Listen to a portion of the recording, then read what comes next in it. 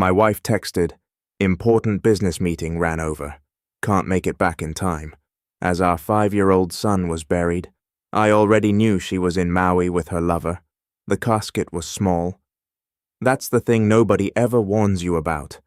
Nobody sits you down and prepares you for the moment you realize that a casket can be small enough to fit in the back seat of a station wagon, small enough that 2 men can carry it without straining, small enough that it looks almost like a mistake, like the funeral home ordered the wrong size and they'll come back any minute to swap it out for something bigger.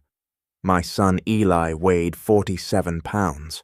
The last time I held him, he was 5 years old and obsessed with dump trucks and chocolate milk and a cartoon about a dog who was also a firefighter. He had a gap between his 2 front teeth, and he hadn't lost either of them yet.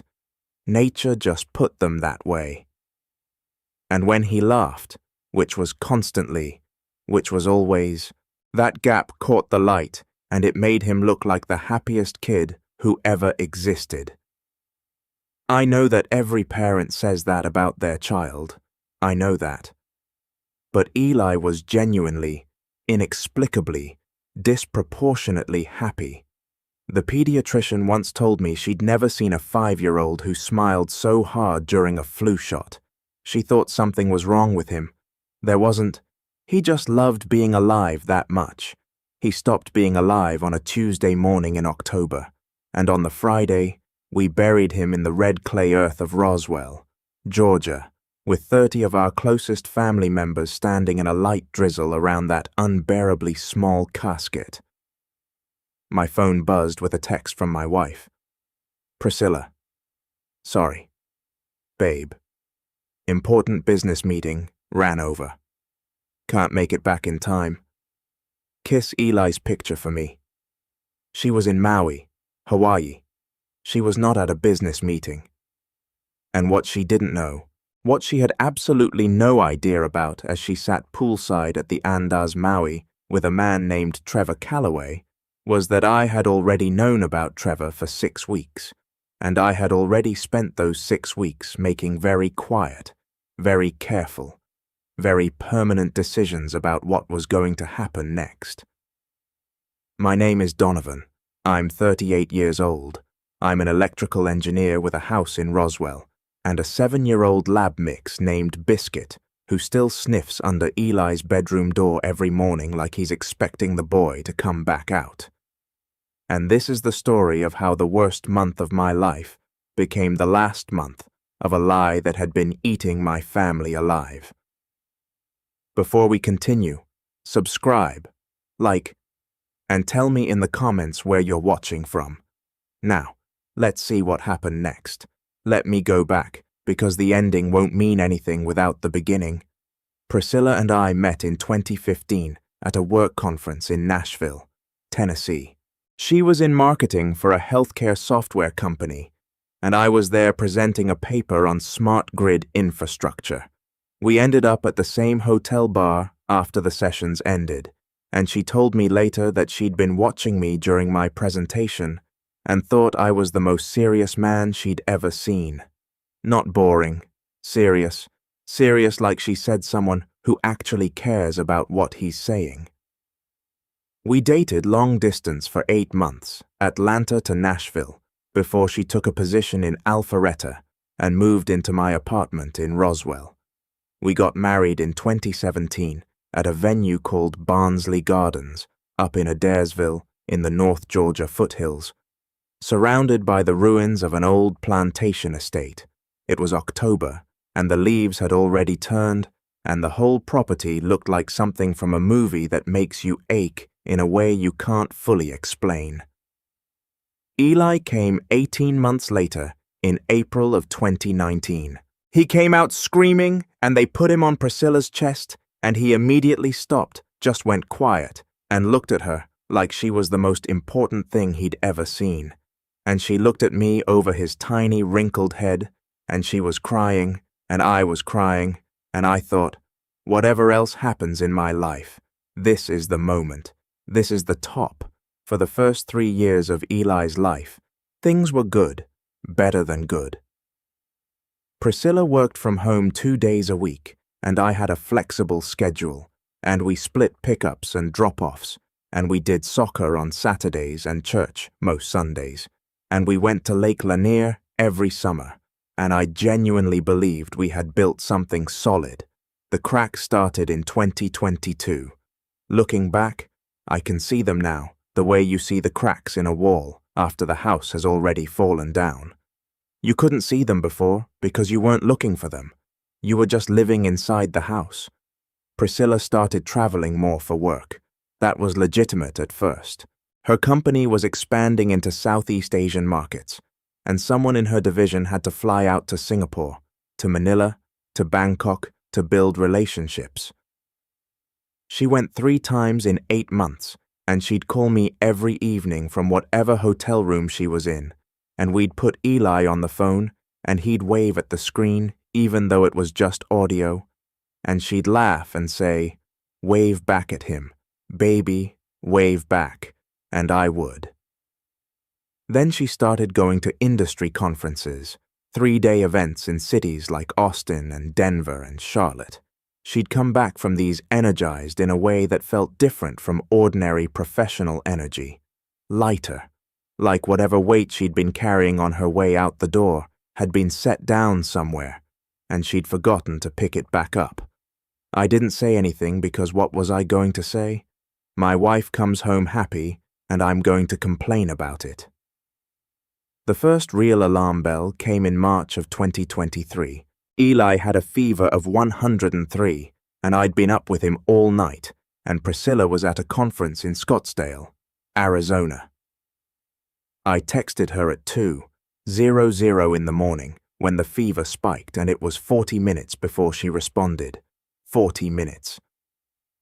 I tracked the time exactly because I was terrified and watching my phone while I held my sweating son on my chest and counted his breaths. Her response when it came was, "Sorry, was in the shower." He's okay. 2 in the morning. In the shower. I filed that away somewhere. The way you file things away when you're not ready to look at them directly yet. His name was Trevor Calloway. He was 41 years old, and he was a regional vice president for a competing company in Priscilla's industry. They'd met at a conference in Denver in September of 2022. I know this because 6 weeks before the funeral, on a Tuesday evening in early September of 2023, I borrowed Priscilla's laptop to pay a bill while mine was updating, and her email was open and a message from an address I didn't recognize was sitting at the top of the inbox. I want to be precise about what happened next because I've thought about it many times since. I didn't plan to look. I didn't go hunting for something to find. I borrowed the laptop with the single intention of logging into our joint bank account and paying the water bill. And then the email was just there. Subject line next month. I opened it. I wish I could tell you I felt rage in that moment. Rage would have been cleaner, simpler. What I felt instead was something closer to a very deep, very quiet recognition. Like a part of my brain that had been whispering something for 18 months finally cleared its throat and said out loud, "Yes, this is what's been happening." The email was not explicit. It was worse than explicit. It was intimate. It was the email of 2 people who'd been talking for so long they'd developed their own language, their own shorthand, references to inside jokes I'd never be let in on, references to a trip to Sedona I'd been told was a company retreat, references to Trevor's divorce being almost finalized. I closed the laptop. I paid the water bill on my phone. I put Eli to bed, and I read him 3 chapters of his favorite book about a mouse who becomes a chef. And he fell asleep with his hand on my wrist the way he sometimes did, and I sat in the dark of his room for an hour, listening to him breathe. Then I went to bed, and I lay next to my wife, and I did not say a single word because I needed to think. And I'm an engineer. I don't react to problems. I diagnose them. Over the following 2 weeks, I learned things about myself I hadn't known before. I learned that I could smile at someone and mean absolutely none of it. I learned that the distance I'd attributed to stress and work and parenting fatigue had an explanation that was far less flattering to Priscilla and far more humiliating to me. I learned that Trevor Calloway lived in Charlotte, North Carolina, had 2 daughters from his first marriage, coached youth soccer on weekends, and had a LinkedIn profile that described him as a passionate leader who valued authenticity. Authenticity. I sat with that word for a long time. I also did something practical. I called my brother-in-law, Nathan, who's a family law attorney based out of Buckhead in Atlanta, and I told him I needed to talk to him off the record and in person. We met for lunch at a restaurant in Midtown, and I told him everything I knew. And Nathan, who has known me for 11 years and who genuinely liked Priscilla up until that conversation, set down his fork and said, "Donovan, I need you to listen to me very carefully. Do not say anything to her yet. Not one word. Not yet." He explained why. He explained it in the calm, methodical way that good lawyers explain things when they know the situation is serious. Georgia is an equitable distribution state. An affair is not automatically the deciding factor in asset division, but documentation matters. Timing matters. What you do in the next few weeks can shape the outcome of what comes next for years. I listened. I took notes on a napkin. I did not say one word to Priscilla. 3 weeks after I read that email on a Monday morning in late September, my son woke up complaining that his head hurt and his eyes felt weird. By Wednesday, he was in Children's Healthcare of Atlanta on Clifton Road, and by Friday, a neurosurgeon whose name I will never forget as long as I live sat down with Priscilla and me in a consultation room that smelled like antiseptic and carpet glue, and told us that Eli had a rare and aggressive pediatric brain tumor called a DIPG, diffuse intrinsic pontine glioma. It grows in the brain stem. There is no surgery. There is almost no treatment. The median survival time after diagnosis is 9 months. Eli was 5 years old for the first 2 weeks after the diagnosis. Everything else, Trevor, the emails, the conferences, the whole rotten secret of it, ceased to exist in any meaningful way inside my mind. There was only Eli. There was only his face when I told him he had something called a sickness in his brain that the doctors were going to help with. There was only the way he said, "Does it hurt the dump trucks?" because he'd recently decided his brain was where his dump truck thoughts lived. There was only the radiation planning appointments and the conversations with palliative care and the phone calls to our parents and the very quiet, very particular hell of watching your child get sick with something you cannot fix.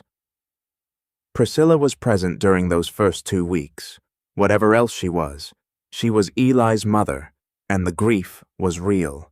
I watched her cry in the parking garage of Children's Healthcare with her back against a concrete pillar, and I held her because she was a person in pain, and I am not capable of watching a person in pain and doing nothing.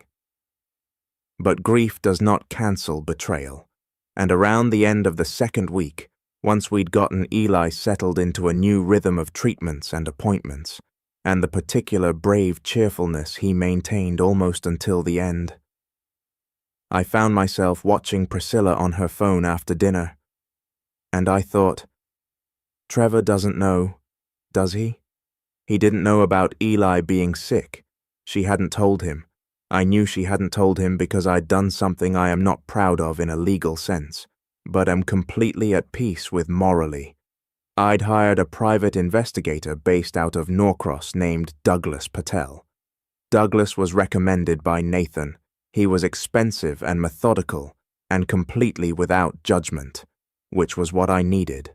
Douglas confirmed what I already knew and documented what I couldn't know on my own.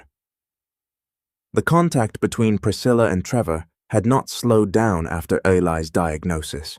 It had continued at the same pace, the same calls, the same texts, the same weeknight conversations, while I sat with Eli watching dump truck videos on a tablet. She had two separate lives, and she was maintaining both of them, even as our son was dying.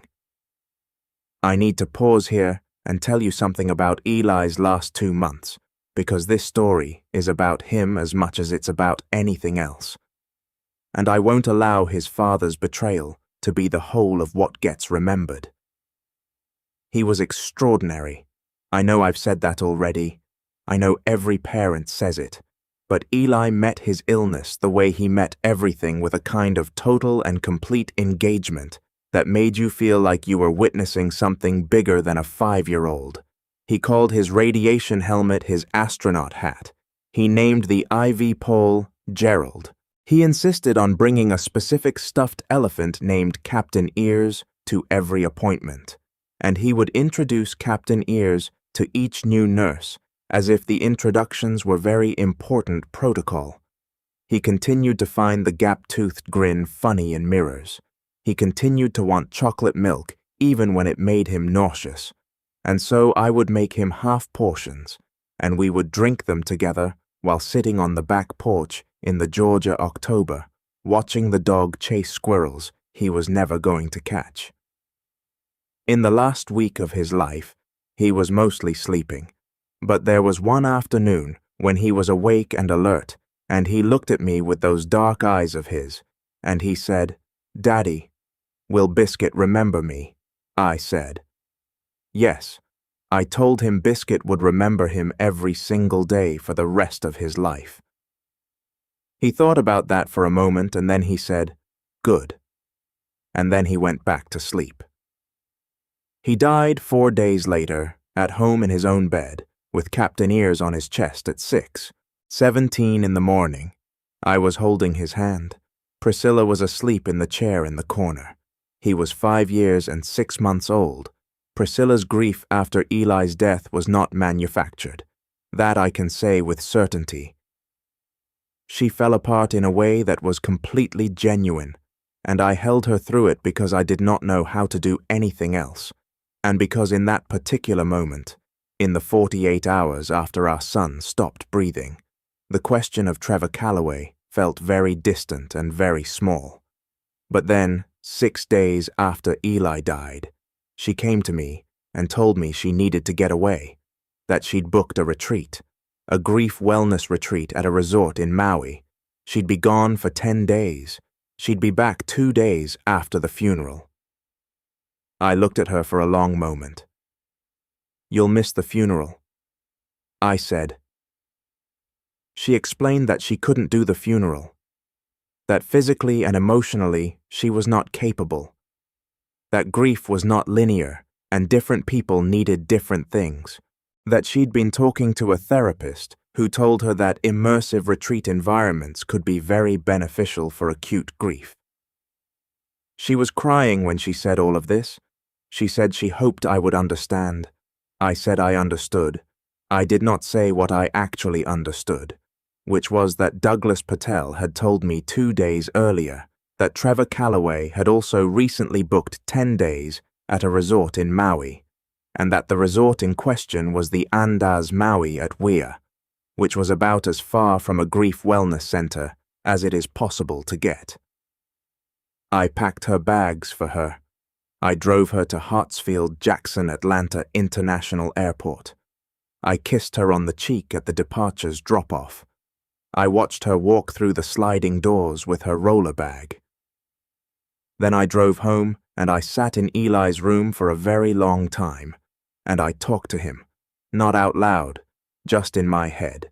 I told him about what was happening, and I told him I was sorry he had to share a story with something so ugly, and I told him that whatever came next, I was going to make sure it was handled in a way that would make him feel like his father was someone worth remembering. I don't know if he heard me. I choose to believe he did. The funeral was at a church we'd been members of for 6 years, Roswell Community Church on Grimesbridge Road. The pastor's name was Reverend Charles Waits, and he had known Eli since Eli was in the nursery wearing onesies with dump trucks on them. and he spoke about him with the kind of specificity that only comes from actually knowing someone.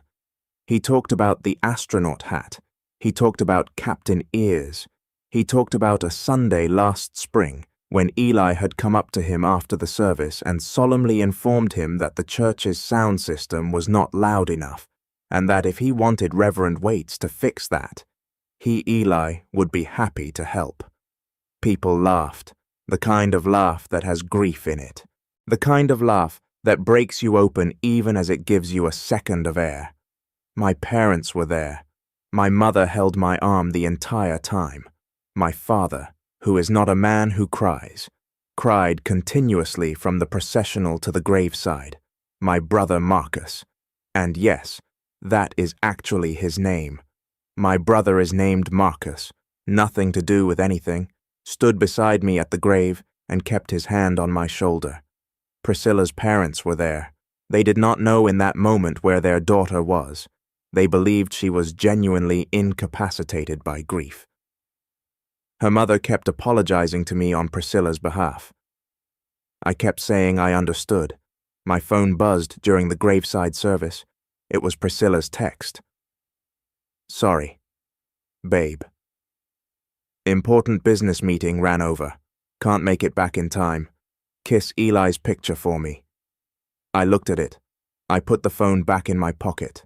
I put my hand on the small white casket, and I said goodbye to my son. Then I went home, and I made the call I'd been waiting to make. Nathan had the divorce petition ready. It had been ready for 3 weeks. Sitting in a sealed file on his desk in Buckhead, he documented everything, the full timeline of the affair, as established by Douglas Patel's investigation, the trip to Maui that coincided with the funeral, the text messages secured through legal channels during the discovery process Nathan had been quietly preparing for. In Georgia, you can cite adultery as grounds for divorce. It can affect alimony. It doesn't guarantee anything, but it matters. And in cases where one party can demonstrate a pattern of conduct, a history of deception, documentation of abandonment during a period of acute family crisis, judges are human beings, and they respond accordingly. The petition was filed on the Monday morning after the funeral. Priscilla landed back at Hartsfield-Jackson on a Tuesday. She texted me from the plane that she was sorry she hadn't been there, that the retreat had helped her heal in ways she hadn't expected, that she was ready to work on their grief together. I texted back, "We need to talk when you get home." She walked in the door at 4:30 in the afternoon with a Maui tan and a resort gift bag. She set the gift bag on the counter. She looked at me. Something in my face must have told her because her expression shifted in a way I'd never seen before. Not guilty, something more complicated than guilty, caught the particular look of a person who has been running a very long race and has just realized the finish line isn't where they thought it was. "Donovan," she said, "I know about Trevor." I said, "I've known since September." The next 2 hours were the most painful conversation of my life, which is saying something for a man who'd spent 4 months watching his son die. She cried. She tried to explain. She said things about loneliness and disconnection and feeling invisible, things that might have been true and might have even deserved a response in a different universe, in a marriage that hadn't been quietly conducting its autopsy for the last 6 weeks.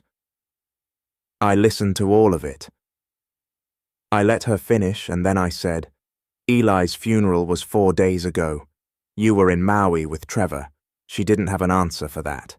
There isn't one. I told her Nathan had filed the petition. I told her the investigation had been thorough. I told her she should retain her own attorney. She asked me why I hadn't said anything sooner, why I'd waited. I told her the truth. I told her that when Eli got sick, I decided I would not bring the destruction of our marriage into the same room as the last months of my son's life, that he deserved better than to have his final weeks shadowed by something so ugly, that he'd had enough to deal with, that I'd made a decision to protect his last chapter from it, and that I would make that decision again without hesitation. She started crying again. The harder kind, not the performance kind, I said. I'm going to go stay with my brother for a while. Nathan will be in touch. I went upstairs, I packed a bag, I came back down, and I picked up Biscuit's leash and his bowls, and the specific brand of dog food he likes. And I walked out of the house that we'd bought together, that we brought Eli home to, that I'd spent 7 years of my life building something inside of, and I loaded my dog into my truck, and I drove to my brother's house in Dunwoody. The divorce was finalized 8 months later. Georgia courts moved deliberately. Nathan moved less deliberately. He had a comprehensive and well-documented picture of Priscilla's conduct going back 14 months, including the timing of the Maui trip and its direct overlap with our son's funeral. The judge, a woman named the Honorable Patricia Ashby, who had been on the bench in Fulton County for 19 years, reviewed everything carefully. Alimony was denied, the house was sold, and the equity divided. But the terms of division reflected the adultery finding. Priscilla's attorney made several arguments that did not land the way he hoped they would. Judge Ashby, it turned out, had 2 children of her own. Trevor Calloway, for what it's worth, was gone by the time the divorce was finalized. His company transferred him to a regional office in Phoenix, Arizona, in the spring. Priscilla moved into an apartment in Sandy Springs. I heard through mutual friends, not that I was asking, that the relationship with Trevor had not survived the exposure of all the things it had been built on top of. Some things can't survive daylight. The surprise isn't that they collapse. The surprise is that they ever thought they could last. I still live in Roswell. I bought a smaller place over in the Canton Street area. One of those renovated craftsman bungalows with a big backyard for Biscuit to run in. I changed jobs, moved to a firm that does infrastructure consulting for municipal utilities in the metro area, and I spend my days working on problems that have solutions, which is a kind of sanity I hadn't fully appreciated before. I have a therapist named Dr. Evelyn Carmichael, who works out of an office indicator and who has been very patient with me over the past year. She once told me that grief doesn't actually move in stages, that the whole stages model is something of a pop psychology simplification, and that what grief actually looks like is more like weather. Sometimes you wake up and it's clear, and you almost forget, and then sometimes you're standing in the cereal aisle at Publix and you see a box with a cartoon on it, and you have to leave your cart in the aisle and sit in your car for 15 minutes before you can function again. She's right. That's exactly what it's like. I go to Eli's grave every Sunday morning. I bring flowers when I can. I bring Biscuit because Eli loved that dog ferociously, and I think it would please him to know that Biscuit is there. I sit and I talk to him about the week, about the stupid things that happened, about the cases I'm working on, and what's going on in the news, and what Biscuit has been chasing in the backyard. I told him about the divorce being finalized. I told him I thought his mom was going to be okay eventually, because I believe that, and because it's what he would have wanted me to believe. He wasn't a bitter kid. He wouldn't want bitterness on his behalf. I told him I was okay too, which was not entirely true on the day I said it, but has become more true since. There is a particular kind of rebuilding that happens after you've lost the most important person you've ever known, and simultaneously discovered that the life you were living was partly a fiction maintained by someone you trusted. It's not fast. It doesn't follow a schedule, but it happens. I'm evidence of it. There is one more thing I want to say. I want to say it carefully, because I've been trying to say it correctly for the better part of a year, and I'm still not sure I've found the exact words. Eli never knew.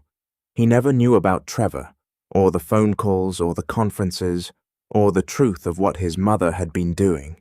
He went through his entire 5 years and 6 months on this earth, believing that his parents loved each other, and that his home was solid, and that the world was mostly a place that wanted good things for him. He was right about all of it. Actually, his parents loved him more than anything either of them will ever love again, and in that specific and crucial way, his home was the most solid thing I've ever been part of, and the world did want good things for him. The world just didn't give them to him long enough. He died believing he was loved. He died believing his life was full. He died the morning after I stayed up until midnight, making a handmade birthday card for his next birthday, which I was going to put in a drawer so I'd have it ready. Because that's the kind of stupid, optimistic thing you do when you're a parent who refuses to stop believing. I still have the card. I don't know what to do with it. Maybe I'll figure it out eventually. Maybe it'll just sit in the drawer and that'll be okay. 2. Eli. Buddy. Captain Ears is on my nightstand. Biscuit still sniffs under your door. The gap in your teeth would have been filled in by now. Probably if you'd stayed. I think about what you'd look like with grown-up teeth. I think about it all the time. Donovan never exploded, never begged, never made a single scene. He just handled it quietly with his son's dignity in mind the entire time. And I think that's the part most people miss. That sometimes the most powerful thing you can do when someone betrays you is nothing. At least not yet. Because timing is everything. He protected Eli's last chapter from ugliness. That's love in its purest, most overlooked form. Drop a comment below.